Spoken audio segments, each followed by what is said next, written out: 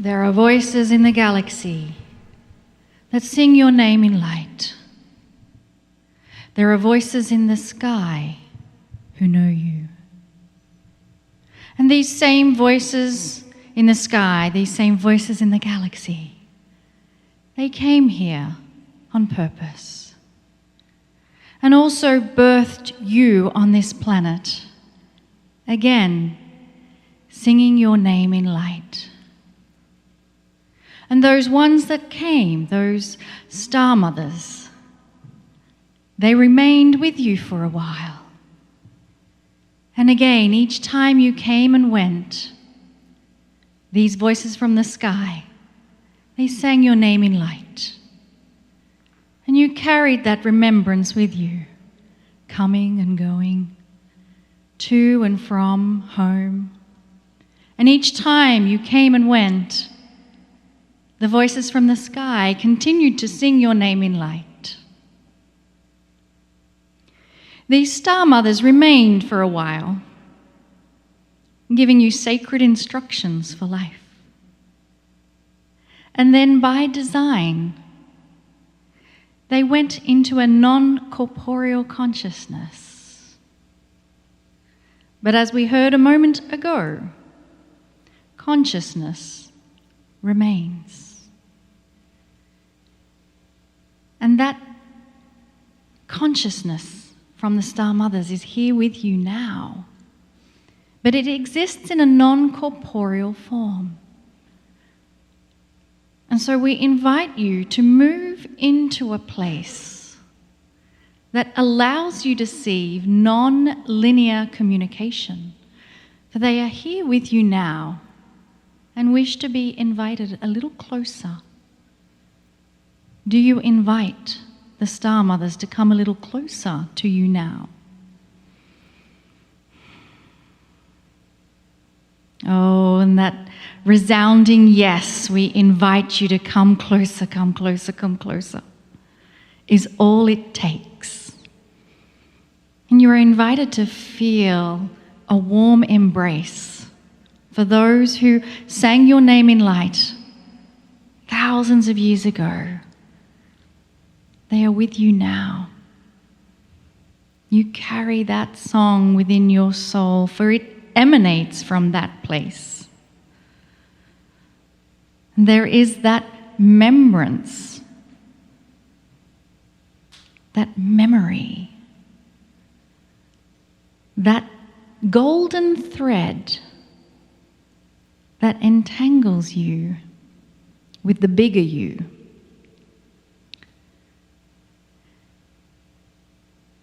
This bigger you is what is starting to emerge. We do not say evolve because it has always been there. The evolvement is your awareness and understanding of the greater presence of the I am that is you. And the emergence of this bigger you is so that you can always walk with a song in your heart. And when you always walk with a song in your heart, you realize you are never alone. You realize you are dearly loved.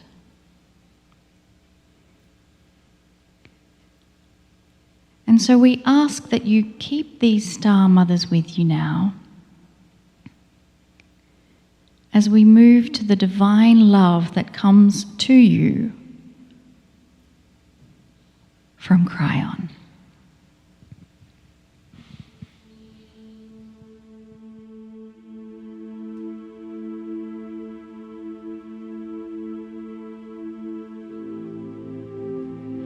Greetings, dear ones. I am Kryon of Magnetic Service.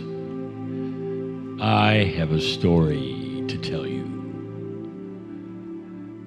I wish to reveal something that I've never revealed, even to my partner. Perhaps it's the timing of what you had given to you today about music, about tones, about frequencies, about some of the mysteries of how these things are evolving in science, in esoterics. My story, well, it's a very old one. I'm going to take you back almost 5,000 years to a place that has become very familiar to my partner, ancient Egypt. And there's a reason we're going there. I want you to visualize something in a reality I'm going to give you, a snapshot of the past. First and foremost, the philosophy, the perceptions of those in the earliest part of that Egyptian dynasty. They had a purity of belief, one that would surprise you, because you're not always given all of it in history. I say that it is a purity because as this beautiful Egyptian time progressed and progressed in the thousands of years, it changed. The philosophy changed. What you would call their belief system changed. Not just with the conquerors, but with other pharaohs who decided to stamp their own ideas upon it. And you can see that reflected even in the hieroglyphs over time. How they built their temples and what they did and what they considered to be sacred or not over time shifted and changed. So we're talking about the early days, as early perhaps as the 4th dynasty with a pharaoh called Khufu. Khufu. This is not the way it sounded in the Egyptian tongue. It's as close as it gets. He decided he would build a pyramid. Unusual it was, for most of the tombs were underground. And that would be the way it was from then on, for the exception of the few. But he built a big pyramid, the biggest pyramid. And when he was a younger man, it began, and he had ideas of what he wanted to do there. Let's talk about tombs in general. All through Egypt, especially in the early dynasties. Did you know that they believed that anyone could go to the other side, not just pharaohs, not just royalty? Everyone goes to the other side. However, included in that was a scenario of how you get there and perhaps how you present yourself or how you prove that you are worthy. And of course, the more you can take with you, the better time you'll have when you get there. And this is why when you open some of the oldest tombs in the Valley of the Kings and the Queens, you'll find the accoutrements that they wanted to take with them. One of the most famous, perhaps, the Tutankhamun, the boy king, Tut. When it was opened, you got to see the original intent. There it was, the chariot, the boat that would carry him across the river, all of the riches he would need to survive as a wealthy on the other side of the veil. And that was the intent. All over the walls, you would find in the tombs the story of the one who was there, what they had done, the gods that they had pleased and talked to. It was all depicted on the walls. Hieroglyphs, they tell story after story. Perhaps the king's relationship to the giver of life, the Nile, all on the walls. The story of what was accomplished. And it didn't need to be a pharaoh. There were tombs discovered way later, just of wealthy individuals with the same philosophy You put on the walls who you were, so that when you got to that place where decisions were made, they could see your life. That was the idea. That was the philosophy. Today they opened the tombs. They realized they were all done in glorious color, something you don't often see. Beautiful they were. All to honor the one to get to the other side with the most, with the proof that who they were. And some of the tombs were quite large, almost all underground, but not Khufu. You see, he had an idea based upon what his advisors said, based upon the philosophy they had, an idea I have never told you about, and today is not understood. Here you go.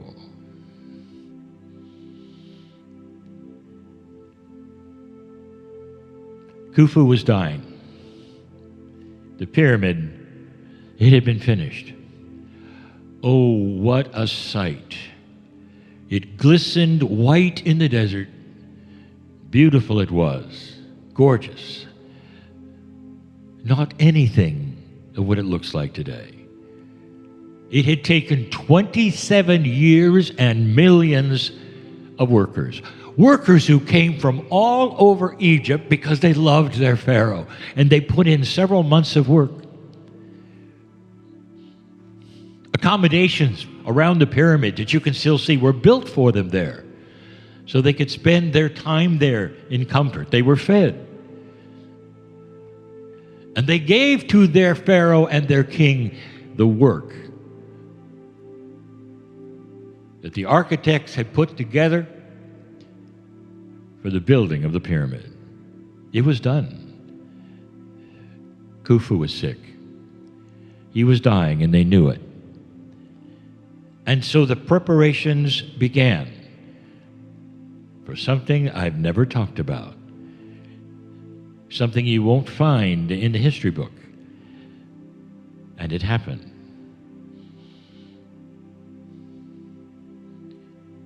It's interesting.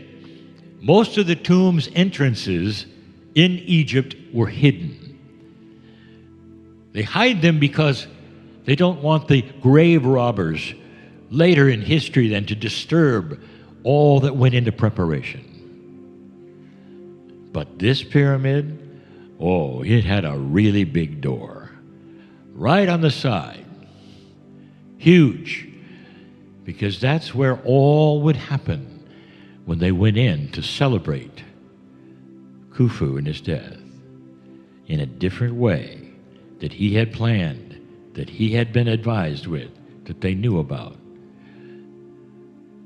Interestingly, that door they later sealed with the same blocks that they built the pyramid with. It's not one you can open anymore. In fact, those who went in finally had to go in another way. But right now the door is open, not blocked. There were some beautiful rampways and stairways that went up the side of that pyramid, later removed, for the hundreds that would go in and participate in something. And they would participate in it for a number of days, taking turns. And I'll tell you what that is now. If you went into that door, you would not have an empty pyramid that was grand beyond belief and huge. They built some very special areas and a chamber for the king that was just almost too small, just big enough for a sarcophagus and a few to stand around him. It wasn't huge. There was something else. Come with me as those hundreds flow into this pyramid in a very special room that is not the king's chamber. It's an unusual looking room, not all that huge, but carefully designed. The walls are flat And they go up quite a ways, you can see, to almost a point. Unusual looking, it is. But the most unusual thing is there's no hieroglyphs. There are no accoutrements. There is nothing like what was in all of the other tombs in Egypt. It was almost barren. Very unusual. And when it was time, the first set and the first group went into that room. The king was taken literally through them and put into the sarcophagus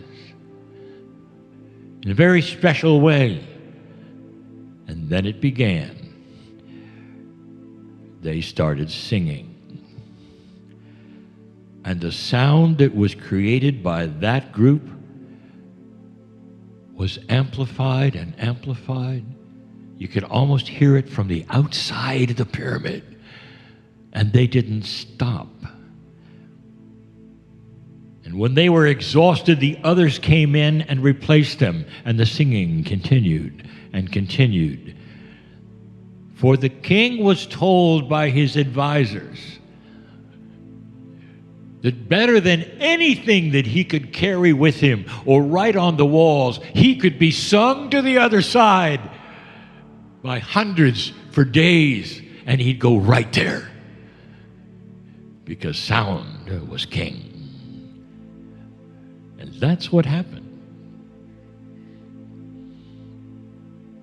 And when they were finished, it took several months later to seal that entrance completely, to the extent that even dynamite would not open it, which was tried.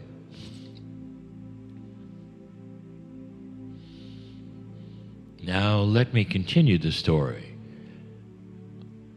Over 5,000 years later, when my partner Lee first went into that pyramid, odd it seemed to him.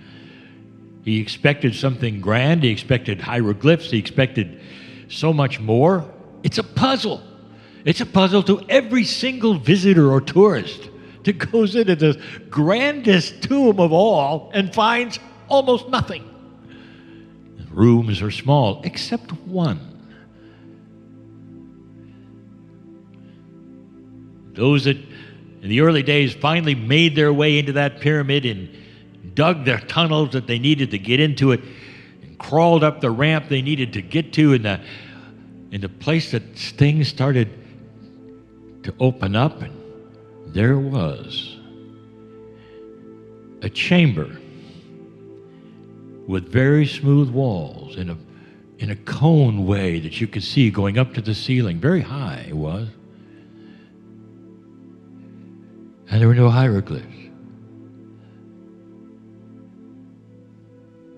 My partner did something he could do, for he was the leader of the group, and he took the guide who was there with him. The guide was a senior, a very special guide, one that he had gotten to know and they loved. And it's a guide that told him something. And he heard something. This particular guide, like no other guide in Egypt, who knew what he knew even before the university started teaching it, he said, the hieroglyphs in the tombs are meant to be sung. Oh, who told you that? This guide says, I sing them. I know the tunes. And I said to him, what is this room all about? He looked around because he didn't want any of the other guides to hear him say this. Not that he was afraid, but he didn't want to offend those who had gotten their degrees from the university and were told what to say. And he looked at my partner, and he looked up, and he said, well, I believe it had something to do with sound. Then my partner started to look at it a little closer. My partner was an audio engineer. In the days before digital, there were things that were necessary to build in studios in order to amplify sound in a beautiful way, to add echo, ambiance. So special rooms were built, and he had built one.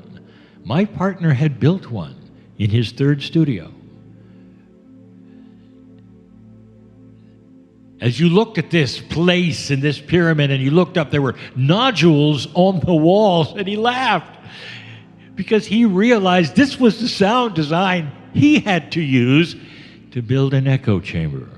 Non-parallel sides, make them as flat as possible, install the nodules to keep certain frequencies from amplifying. All of that was there, all of it. About sound, indeed. Today, for those of you who go there, look for that. Look for something so unusual. The biggest pyramid of all, the biggest tomb of all, with no hieroglyphs, where they didn't really find much of anything to go to the other side. And instead, they found a sound chamber where Khufu was sung to the other side. What do you think about music? What do you think about sound? I will end this channel now with only one statement. Please listen to the channel that you got earlier today to understand this statement. And here it is. Egypt is one of the very few societies or cultures known to use base 12. They knew about it. They knew all about it. Dear ones, I give this to you freely in a reality, hopefully, that you can carry home to understand what might be coming. The discovery of frequencies, sound, music that no one really expected. I am Kryon, in love with you all, and so it is.